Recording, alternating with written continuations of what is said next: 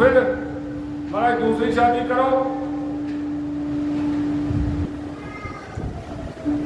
शंकर भगवान कहते हैं कि आपकी ये आशा पूरी हो सकती है, लेकिन ये आशा आपकी पूरी करने के लिए जो विष्णु भगवान हैं उनको मेरा साथ देना पड़ेगा। विष्णु भगवान आए आगे, वो कहते जी मैं क्या करूं? कहते महाराज आप ही कर सकते हो। कहते क्या?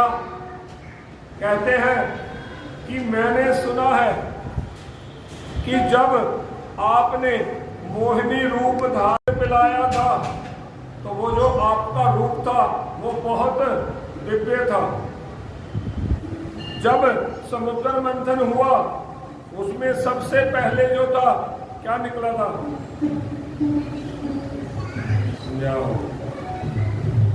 असर का था। सबसे पहले क्या निकला? विष। और जिसको पी गए भोलेनाथ, भोलेनाथ कहते हैं कि मैं तो जो था विष का पान करने के कारण बेहोश पड़ा था, मैं आपके उस मोहिनी रूप का दर्शन नहीं कर पाया।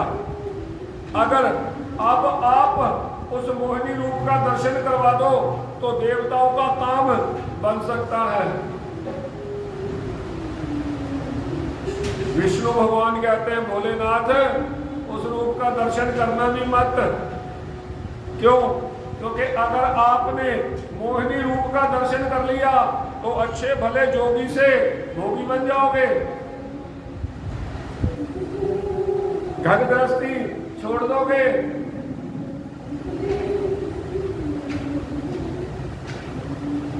तेरी मर्जी है आपकी। अगर आप हमारा सहयोग करो तो देवताओं का काम बन सकता है। सभी देवताओं ने विष्णु भगवान से अनुनय विनय किया कि महाराज आप मोहिनी रूप दिखा ही दो। अब जैसे ही विष्णु भगवान का मोहिनी रूप देखा, अब आगे आगे विष्णु भगवान और पीछे पीछे शंकर। मोहिनी भगवान जाके एक जो झाड़ी थी उनके पीछे छिप गए और उसी समय जो शंकर भगवान थे उनके शरीर का अंश जो था वो धरती पर गिरा।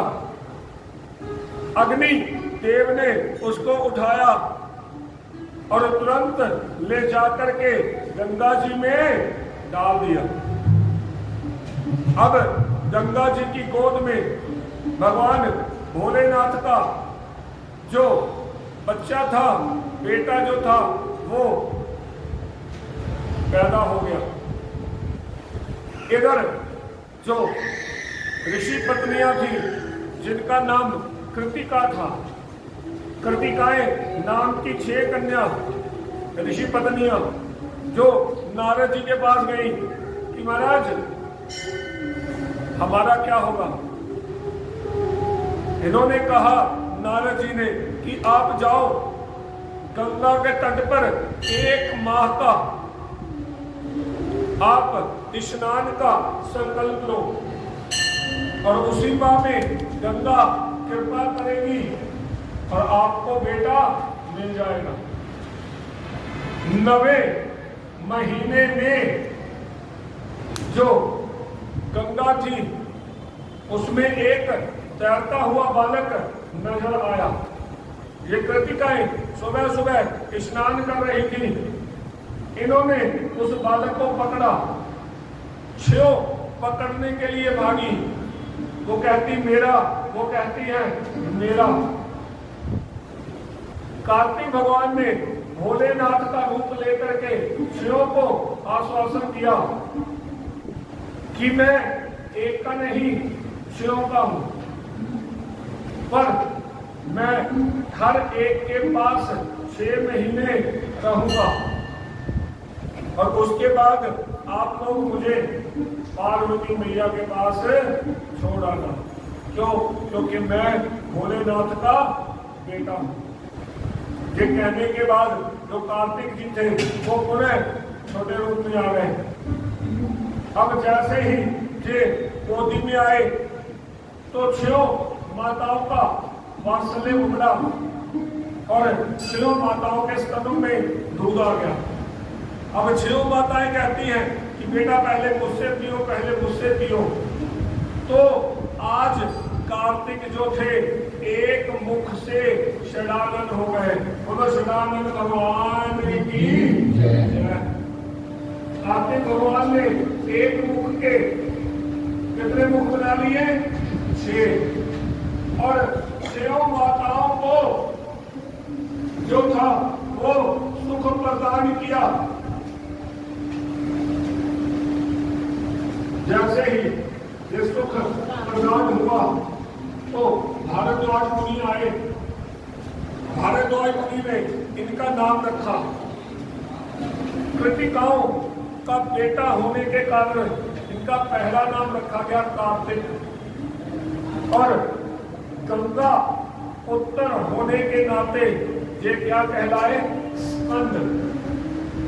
कार्तिक भगवान के 2 नाम, एक कार्तिक, दूसरा स्कंद और तीसरा षडानन माने 6 मुख वाले।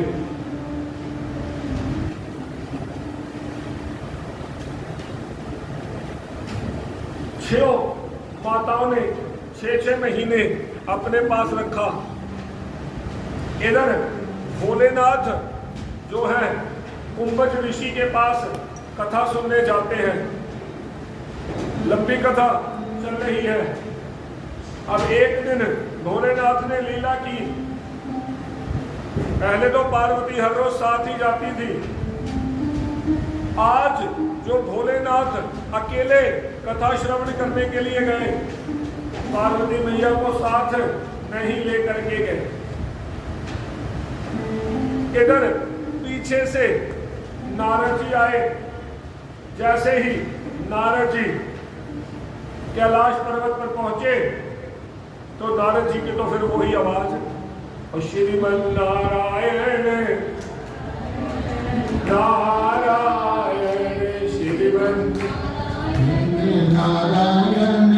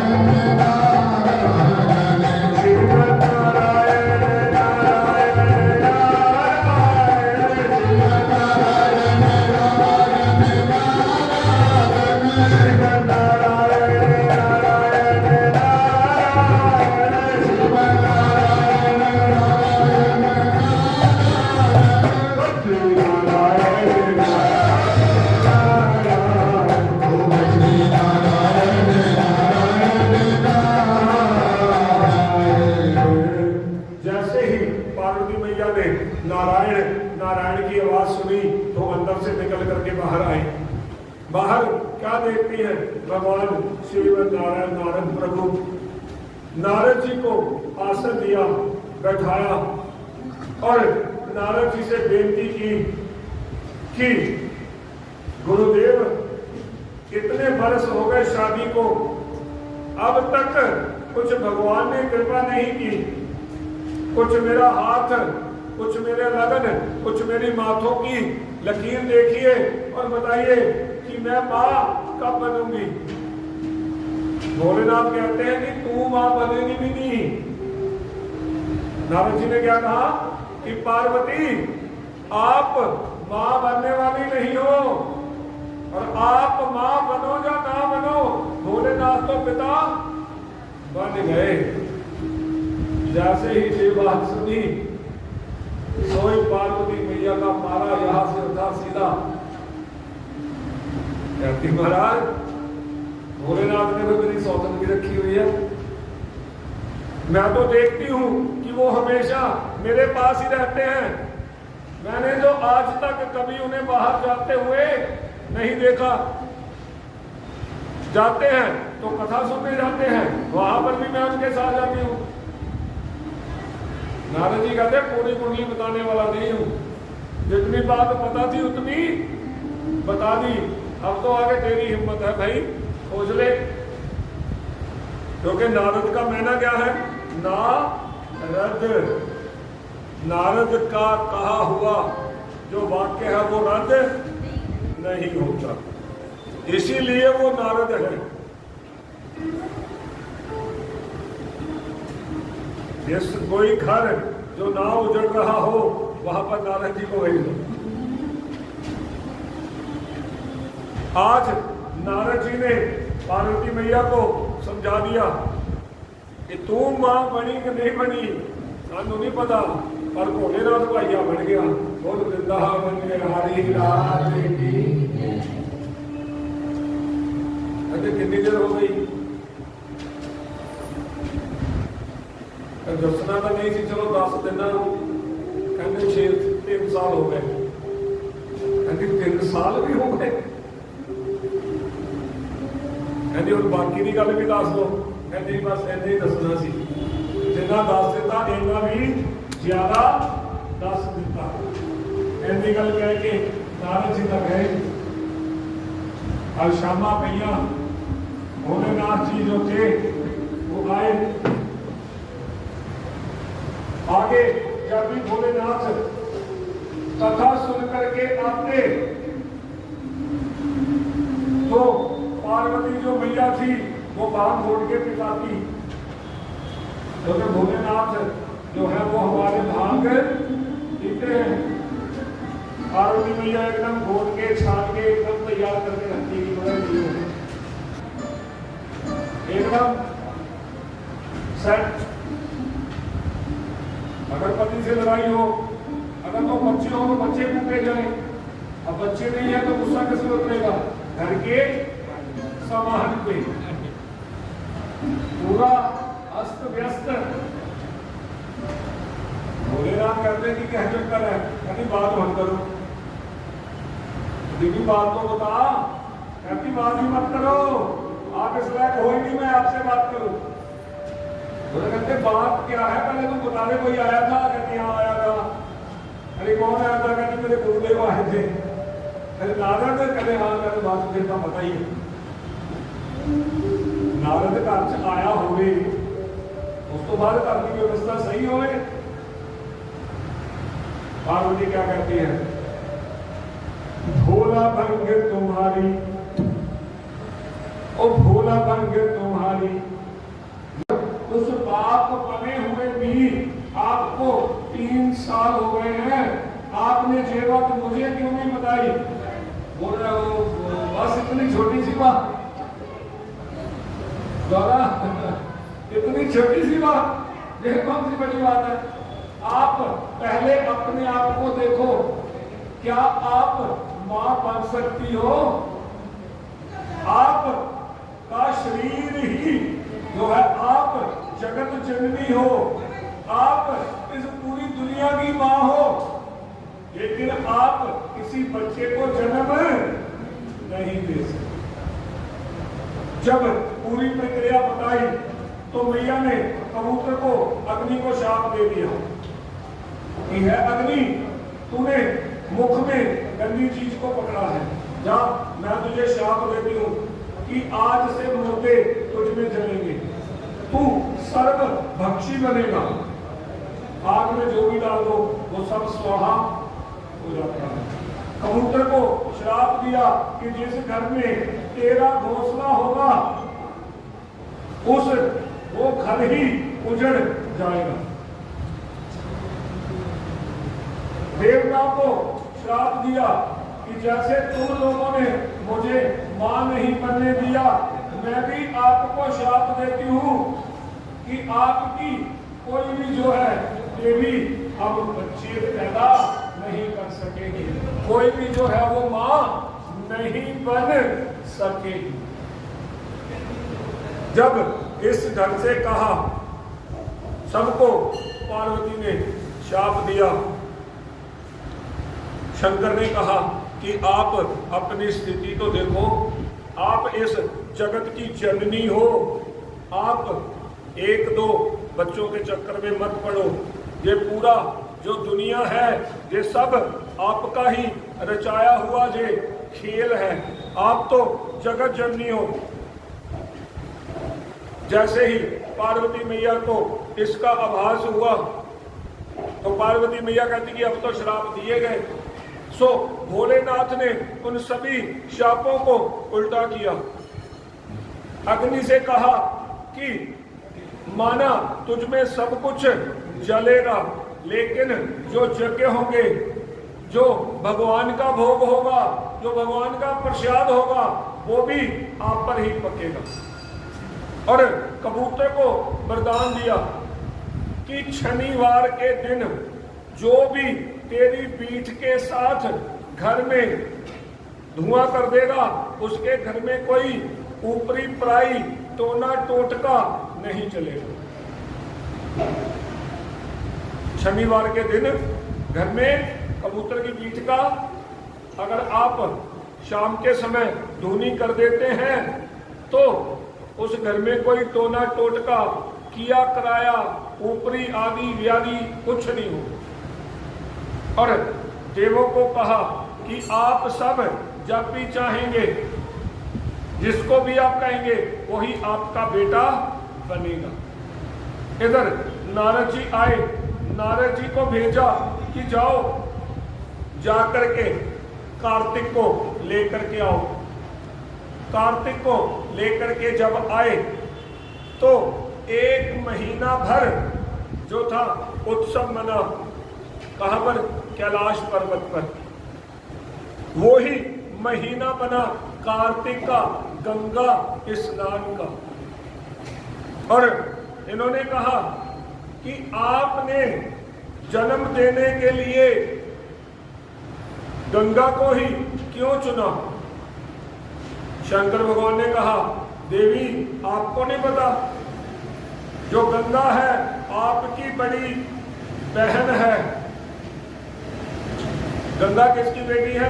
गंगा भी हिमालय की बेटी है और पार्वती भी हिमालय की बेटी है। जब आपको नारद जी ने कहा था कि मुझे पति पाने के लिए तप करो, जब आप तप कर रही थी तो आपके साथ ही गंगा ने भी तप करना शुरू किया था। नारद जी ने आपको आकर के बताया कि गंगा भी शंकर भगवान को पति पाने के लिए तप कर रही है। तो आपने क्या किया? आपने एक दिन दुर्वासा जी को बुलाया और दुर्वासा जी को गंगा के पास भेजा पार्वती ने। और गंगा बेचारी भोली भाली गंगा को कहती है कि ये बड़े गुस्से वाले ऋषि हैं, इनके पास मत आना। जब ये आपके पास आए तो दूर से ही जो पूजा का जल है उनके पांव पर डाल देना। जैसे ही दुर्वासा जी आए तो गंगा ने जो जल में लोटा था वो ऐसे ही ऋषि के पांव में डाल दिया। अब दुर्वासा जी जैसे ऋषि हो और कोई बंदा भी उन्होंने कपड़े भेज रहे थे उत्थे की लपड़ा। दुर्वासा जी ने हाथ में जल लिया, शाप दे दिया कि आज तूने एक संत के पाप प्रक्षालन करने की बजाय जो दूर से उस पर जल फेंका है, मेरे कपड़े और भिगो दिए, जा मैं तुझे शाप देता हूं, तू जल ही हो जा।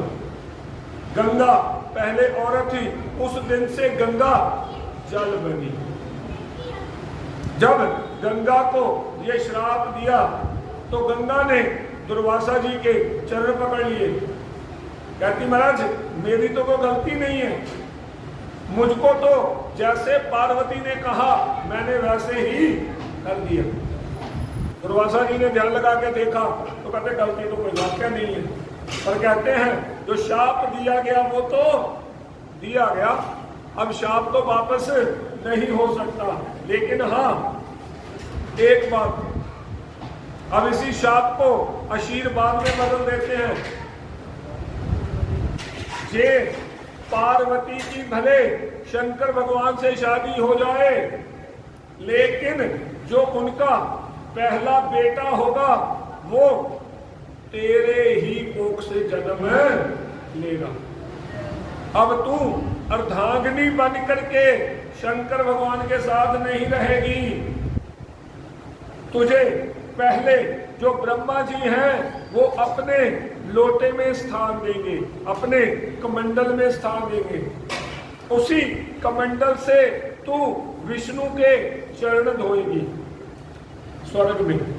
और फिर जो है जब भगीरथ के द्वारा इस धरती पर तुझे लाया जाएगा तो तू शिव के वाम अंग में नहीं अपितु शिव भगवान के सर पर जगह पाएगी।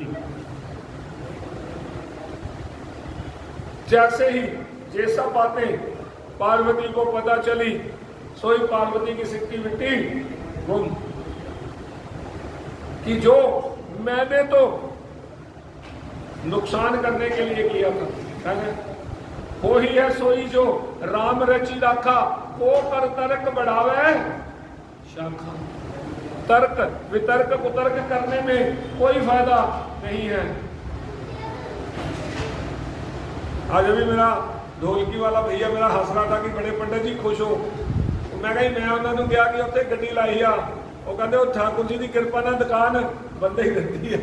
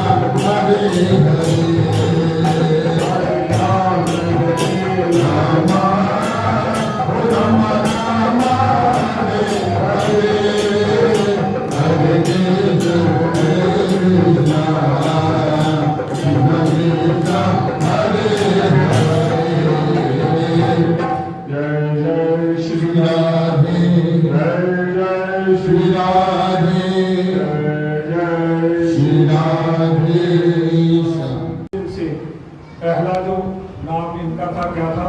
गणपति। गणपति कौन है? आपको बताया, तीनों गणों का जो मालिक है। जैसे है राष्ट्रपति, राष्ट्रपति किसी का नाम नहीं है। राष्ट्रपति क्या है? एक पद, एक कुर्सी। जैसे हम यहाँ पर बैठे हैं, ये क्या है? व्यास गद्दी।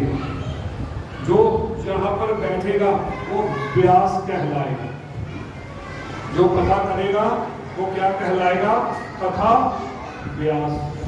उसी प्रकार पहले उनका नाम था गणपति, आज क्या हो गए? गणपति गणेश। और काटो हमारे कलेश। बोल सियावर रामचंद्र महाराज की। इन्हीं का जो उत्सव था, आज उसी उत्सव में एक मोर नाच रहा था। और कार्तिक भगवान कहते हैं, वो मोर कौन था? एक गंधर्व। गंधर्व मोर बनकर नाच रहा था। कार्तिक बोले, मैं तो इसी की सवारी करूंगा। सो कार्तिक को सवारी मिली मोर की, और वहां पर ही और उसी उत्सव में दुर्वासा ऋषि आए हुए थे। एक गंधर्व जो था वो कूद कूद के नाच रहा था। जो उसकी दाढ़ी थी, वो जो उसका हाथ था, वो दुर्वासा ऋषि की दाढ़ी में फंस गया। दुर्वासा जी कहते हैं, अरे क्या चूहे की तरह चल रहा है? सो वो जो गंधर्व था वो क्या बना? एक मूसा। अब उसने कहा कि महाराज ये क्या किया आपने? मैं तो उत्सव में आनंद ले रहा था। तो वही जो मूसा था वो सवारी किसको मिली? गणेश जी को। और इसी प्रसंग में जब हम आगे चलते हैं तो जन्म के कारण ही हमें जो भी जो शरीर मिलता है, जे हमारे जो पूर्व जन्म के कर्म हैं, उन्हीं से हमें जो जन्म मिलता है। जब भी कोई इंसान का बच्चा पैदा होता है, वो 3 ऋण लेकर के पैदा होता है। पहला ऋण देव ऋण, दूसरा पितृ ऋण, और तीसरा ऋषि ऋण। कहते हैं ना कि बच्चा जो पैदा होता है वो रोता क्यों है? अब किसी आदमी को पता हो मेरे ऊपर कर्ज है, वो हंसेगा कि रोएगा? जो कर्जदार है वो हंस नहीं सकता, वो तो रोता ही है। कहते हैं कि ये जो ऋण है ये उतरते कैसे हैं? कहते हैं देवताओं का ऋण उतरता है जो हम देवताओं की पूजा करते हैं। ऋषियों का ऋण उतारने के लिए हम ऋषियों की पूजा करते हैं, और पितरों का ऋण उतारने के लिए अभी अभी जो हमने होकर के किया है पितर पक्ष, जो श्राद्धों का पक्ष गुजरा, उस पक्ष में हमने क्या किया? पितरों के लिए भोजन प्रसाद तैयार किया। अगर पितर प्रसन्न ना हो तो इंसान किसी भी स्थिति में जो है खुश नहीं रह सकता।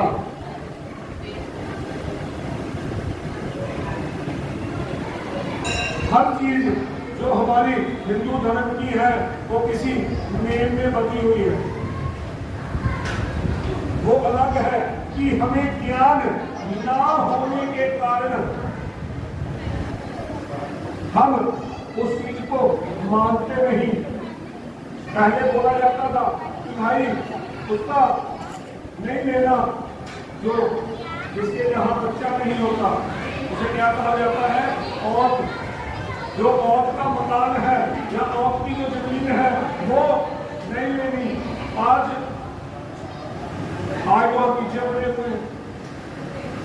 किसी तरह मिल जाए, बस जो भी आए हड़प लो, गाह लो, आह लो।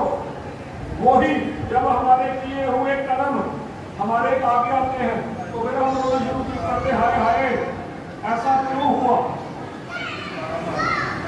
करता था अब नहीं करा, अरे अब कर क्यों पछताए, अरे कोई पेड़ बबूल का तो आम कहां से आए। प्राया हम जो खेती करते हैं, खेती तो हम बबूल की ही करते हैं, और फल किसका खाना चाहते हैं, आम का। आम का फल तो भैया जब ही खाओगे जब आम का पेड़ बोओगे। दोनों बबूल हैं और फल किसके खाने जाते हैं, आम के, जो किसी जन्म में मिलने वाले नहीं। तो इंसान का जन्म मिला है तो मेरे ख्याल में हमें उसका कुछ ना कुछ सदुपयोग कर लेना चाहिए। आज हमारे बीच में हमारे विश्व हिंदू परिषद के अध्यक्ष विराजमान है, हम उन्हें 5 मिनट जरूर कहेंगे कि कुछ ना कुछ तो कहेंगे, क्योंकि ये जो है ये मेरे मोटिवेशनल स्पीकर है।